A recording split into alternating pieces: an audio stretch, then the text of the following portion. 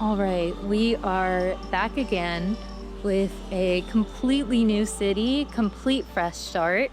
And I found this really gorgeous spot at the bottom of these mountains located in a blooming valley. I think there will be a ton of materials here, especially in the mountains, and then all the dyes that can be found amongst the flowers. Speaking of, this is using Terralith and Tectonic this time. So we're on a new season of the Flow SMP, which is a survival server by Flow State. We have a completely new set of mods and a completely new set of inspirations for the builds. I started off carving out this river because I had this gorgeous inspiration photo from Nagasaki with the Nagasaki Electric Tramway streetcar traversing over this river scenic route, and I really love the inspiration for this. The very annoying part about a complete fresh start in a new city is that I have no materials, no resources, so I had to go ahead and collect everything from scratch. Obviously, no carryover materials from the last season, as this is a completely different world. But I was alone at this time in the city, so I spent a lot of time collecting gravel, stone, wood, as many dyes as I could possibly get, and then some squid ink. I was joined by many more people, thankfully, throughout the course of this video, so you'll see some towns and some buildings popping up and disappearing as we were trying to figure out our grounds for building. But I had a very fun time, a little bit frustrating, but a pretty fun time collecting all these materials, as I had a pretty hefty plan in my head for what I was going to build, as well as a lot of block palettes.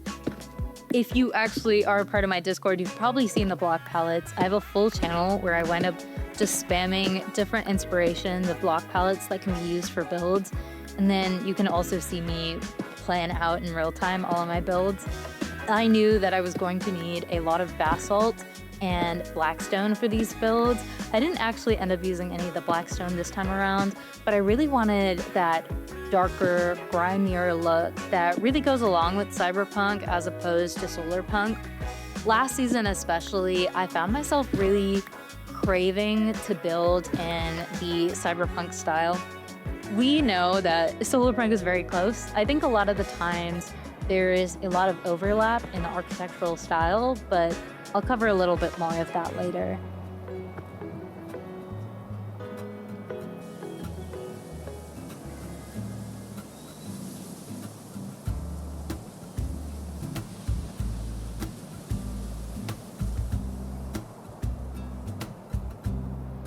So I spent a very long time carving out this river, and I have a lot of plans to extend this, but I used a random combination of andesite, cobble, gravel. It was honestly really anything that looked kind of natural and gravelly to set the riverbed, because I wanted this to look kind of like an urban stream. I actually took a class on this last semester. I am a college student, about urban stream syndrome, and weirdly that had inspired my Minecraft venture for building this stream. So I had plans to build a wooden mud brick house and use brown glazed terracotta, which I've seen B00 use a ton in his builds, especially on season 11 of Hermitcraft. And it was really inspired by that block palette and this like earthy tones to kind of give a sense of naturalness to the city. I kind of started off this whole idea by thinking like, oh, eco cyberpunk would be really cool. Because I think in Minecraft, building with leaves and building with moss is just a really nice way to make a build look pretty. It's almost a cheat code, if you will. But I kind of ditched the idea over time. This is about the only house that looks quote unquote eco cyberpunk, but I'm gonna be entirely honest, it probably leans a little bit more solar punk. I kind of wasn't thinking, and I really just wanted a house because, especially last season, I put off building a house so badly. And the very first thing I was like, house. I need a house. I need stuff to be my own. And dare I say that that fits with the cyberpunk theme really well. So these stilted houses, I'm decorating the underside of them with stones, kind of made out of tough and andesite and cobble, the classic material palette. And I think later on, underneath my house, not where you saw, but even underneath that, completely underground, I'm gonna add a moss farm so that it's within the chunk that I'm occupying most of the time. I also wanted to add these side stairways and the alley that's gonna be between these two buildings. I kept seeing Taco Squad do this kind of like side exterior stairway. And I think like graphically it's a lot more interesting than having a conventional entrance, and having something that is parallel to the building walls. It's just really convenient space-wise. We also have probably one of my favorite mods that I've ever encountered, connectable chains. It is so cool. Basically, chains that connect to fences and iron grates. And I love this so much. I definitely want to use more of it because I think it looks really nice as like wires or railings. So I ended up using that here and then going around the house and sprinkling in the brown glazed terracotta. It adds that like nice blue hue, which can be kind of cyberpunk. Maybe, again, it's a little bit solar punk, I'll admit it.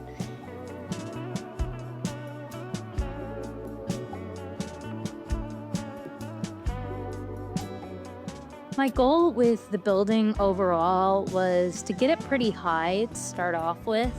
I'd actually had the later half of my footage for building this get corrupted, which is rather unfortunate, but I did end up putting a bread stand, or what I like to call starch unit, right inside of my house as a way to kind of monetize my house as very cyberpunk and money dominant society. I feel like that would be deemed pretty necessary, but I've slowly filled that out with actual bread, as genuinely at this point, because I'm such a builder, I was starving myself to get by.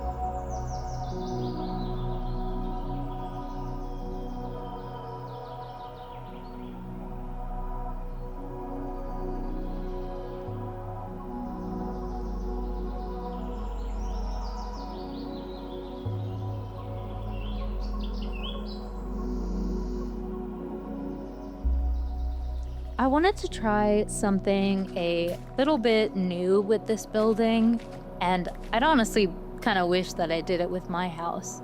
For the underneath of the building, because this is going to be yet another stilted building, I decided to do some shading within the pavement by using a combination of deep slate, tough, and mossy cobble. I think it gives like a really nice gradient and kind of like a shadow to the building. I do get that the shadow in the building would probably actually be wider, but it really darkens up the underneath nicely, and it serves a nice backdrop to all of the weird machinery that I placed underneath the building later on. I was really frustrated with having to pave so many parts of the city. I think I'm losing my mind with how much cobble and how much tuff and andesite is going into everything. A cobble generator is fine, but I wish we had an andesite generator or a tuff generator. I can't seem to find any trial chambers, and I anyways like the raw stuff better. And I'm really adamant about preserving the mountainside and not digging some garish hole into the side of the mountain. But I decided to use this really nice contrast of red and darker stone to give this fish house kind of a naturalist cyberpunk style. I'm going a little bit more cyberpunk with this one as compared to the last building. But I decided to use a little bit newer materials, and I really wanted to contrast elements of copper, red glazed terracotta, and mangrove. I also really wanted the building to have a lot of detail within the walls, so now that I was tacking on stuff to the walls on the exterior, as much as the walls were kind of the decoration. The annoying part about Minecraft is technically every block is 1 meter by 1 meter, and I guess a player is less than a meter. So I really was working with a little bit of constraint, especially because I really want the city to be extraordinarily tight in the end and feel almost cramped and suffocating, kind of like the way that Cyberpunk 2077 does really well. So I've gone ahead and add these copper grates, and I'm probably going to add a few more in the city as time goes on, as I think that they're such a nice block, and God, did I miss them so badly when we were playing on 1.20.1. But the combination of being able to use armor stands, and thank God the armor stand posing mod, and all these chiseled bookshelves that, because of PBR, add so much nice texture. I was seeing the light with this build. I was so happy with everything that was available to me. I also wanted to build this building up way higher than I did for the last building. I wanted the top half of this building to be a nightclub. I titled it the Iridium Room. I really liked the way it turned out in the end. I'll kind of leave that for the next video as a little sneak peek for you guys, but I have finished building it. And I think it adds a really nice element, kind of like Lucy's in Cyberpunk 2077. I'm going to be mentioning that video game a lot, by the way. I have been so obsessed with it recently. I just cannot get it out of my head. The visuals, the architecture, it's stunning.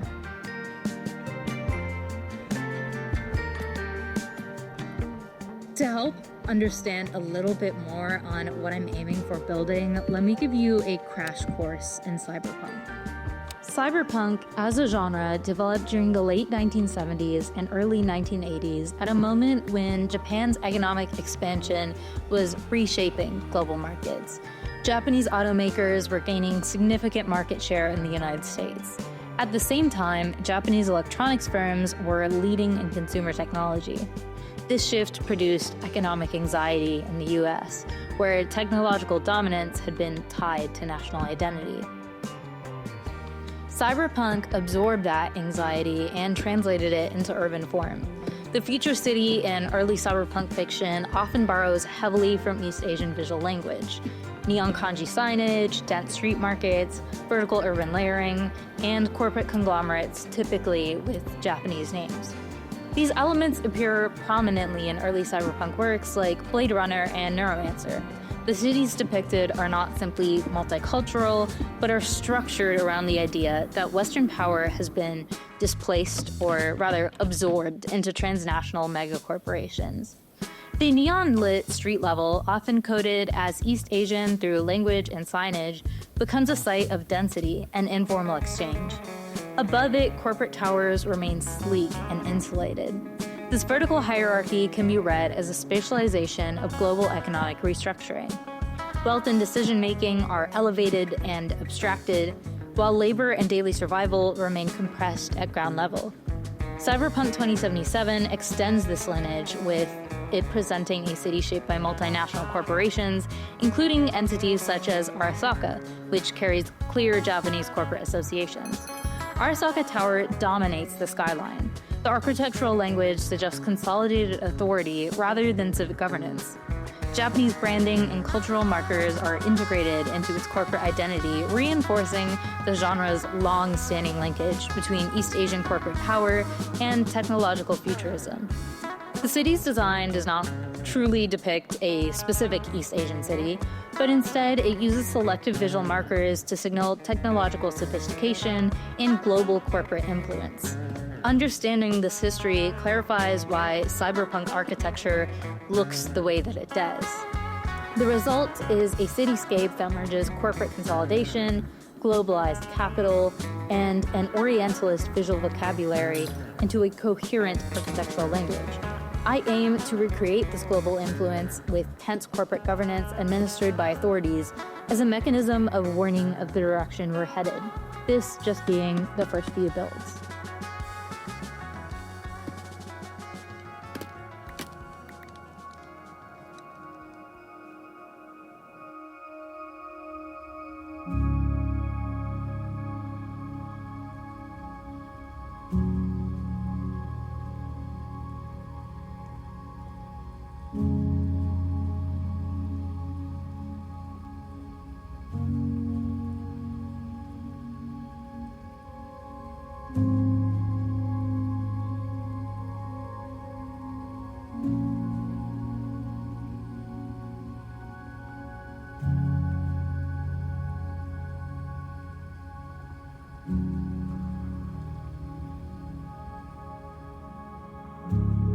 I think one of my favorite moments about building on a server, and yes, I will mention this every single video, is when people stop by to see me build.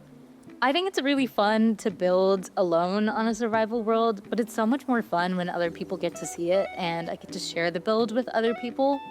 This is kind of the same way. I had these people around me for about an hour and a half or 2 hours, and it was late at night after class, and it was just such a good experience.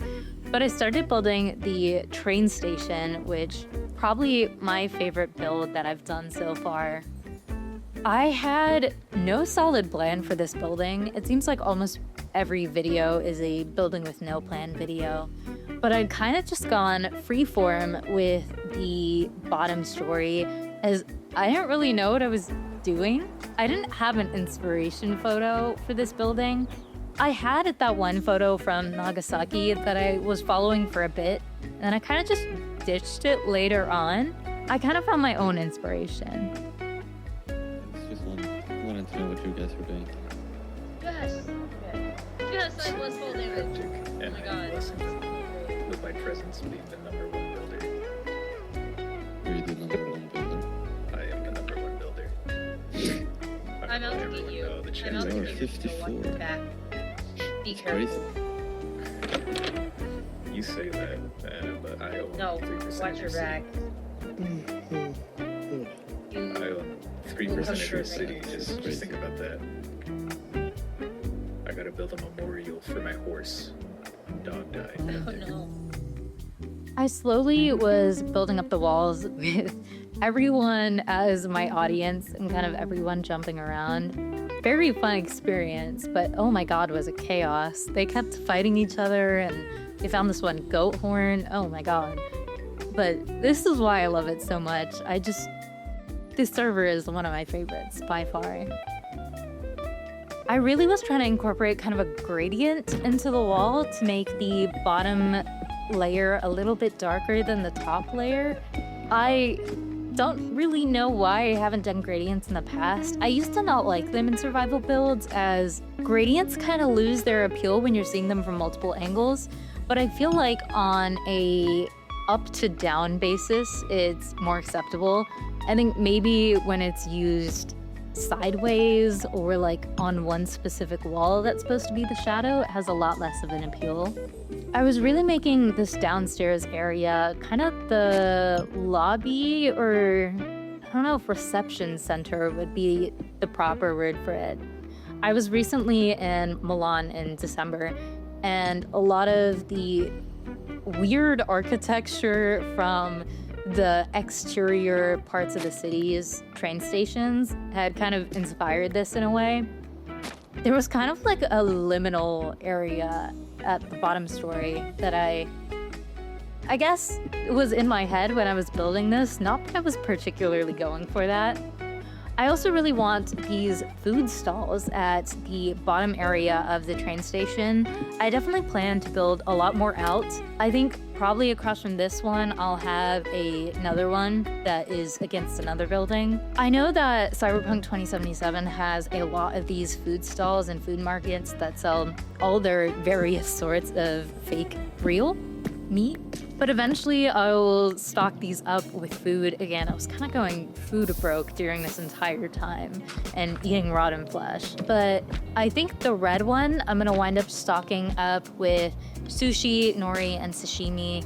And then the white and blue stall will probably be Mexican food if I can. I also used pale oak moss because it serves as the perfect way to place down grass with it kind of looking just like concrete still. I was kind of going for the look of grass growing up through the concrete, and again adding to that like grungy, overgrown, kind of forgotten feeling. But I slowly got together the inside of this train station, and probably my favorite part of this is all of the ads that I made. I feel like it's very important for Cyberpunk to have a lot of obtrusive signage going on, and part of that was creating a ton of ads, partially inspired by 2077, but also made up by my own accord.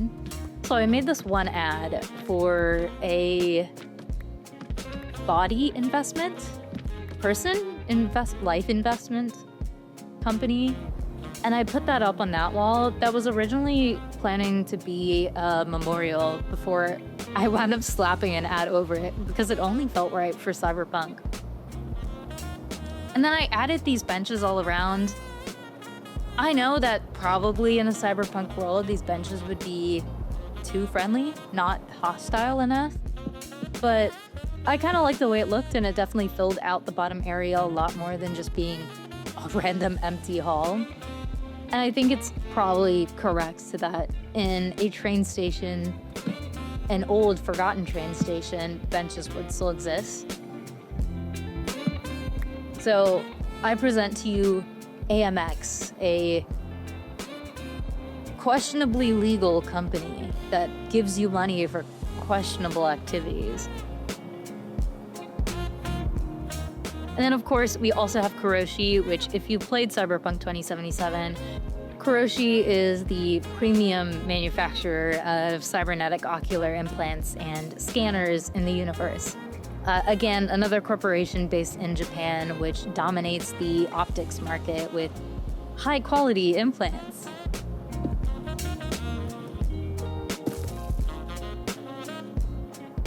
I also felt that it was only right that we kind of needed a security booth or a security station, as well as like a ticket checker station. And that I wound up posing later with an armor stand, and I really like using the armor stands as of late. As I moved upward into this, I had a lot of ideas. I definitely knew that I wanted chiseled copper, long words here, waxed, exposed, chiseled copper, I think that's the full official name, to be the train tracks, and embed them into the floor so that the tracks were sitting lower than the flooring level. And I wanted to do staircases on both sides of the tracks, as you'd see in pretty much any elevated train/subway situation. I was struggling with these stairs. I don't know what it was. The placement wasn't right, and they kept butting up against the wall. And I knew that I wanted the second layer, the second story, to be smaller than the first story. Not entirely sure why I thought that was a good idea, considering a full train is supposed to fit in this building. But we're gonna pretend like they poorly retrofitted the building to match this train. I finally got it right, though. It took me a while, but I finally got those stairs. And I really wanted the stairs to kind of look like a really badly thought out afterthought in the building and kind of not fit. I know it's gonna seem like it's on accident, but guys, I swear it's on purpose.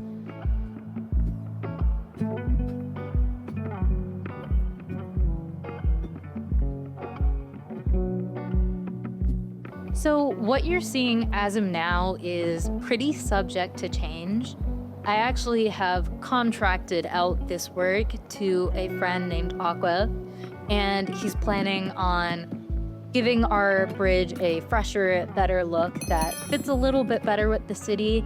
And I've given him a ton of inspiration, so you're definitely bound to see this bridge change in the future. I'll definitely keep the train though. The train is probably one of my favorite parts of this building overall.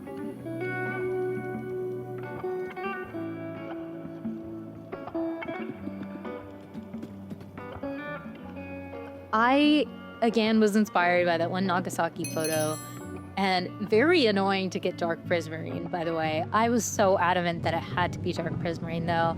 And then the top of the actual Nagasaki train is like a really nice beige, or maybe it's a pale yellow.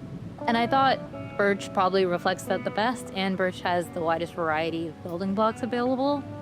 I don't like how flat the front of this train is, but I went back and changed it later to give it more of a curved, aerodynamic look to the front of it.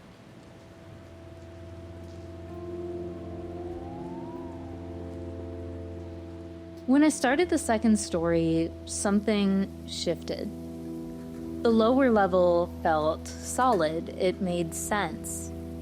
But up here, I kept second guessing every angle. I had been watching so many other Minecraft builders. Cities that stretch for blocks, perfect silhouettes, clean geometry. Every thumbnail looked intentional, every detail thought out. I started thinking about how it would look in a thumbnail. Would anyone click on this? Does this even look cyberpunk? Is the shape strong enough? Is the story clear enough? The city I imagined was layered and massive and cinematic.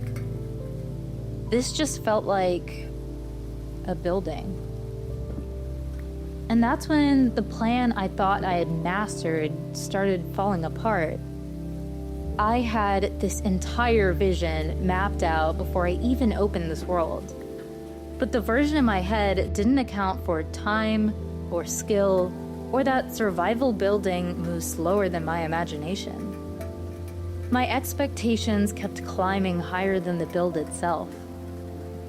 It wasn't that the geometry was wrong, it wasn't that the idea didn't work. I just kept measuring it against someone else. And the more I compared it, the worse it looked to me. I realized I wasn't stuck because the build was bad. I was stuck because I stopped trusting my own idea, my own instincts. This is the beginning of a city, not the finished skyline. There is more to build, more to grow into, more will fill these streets, more time to learn.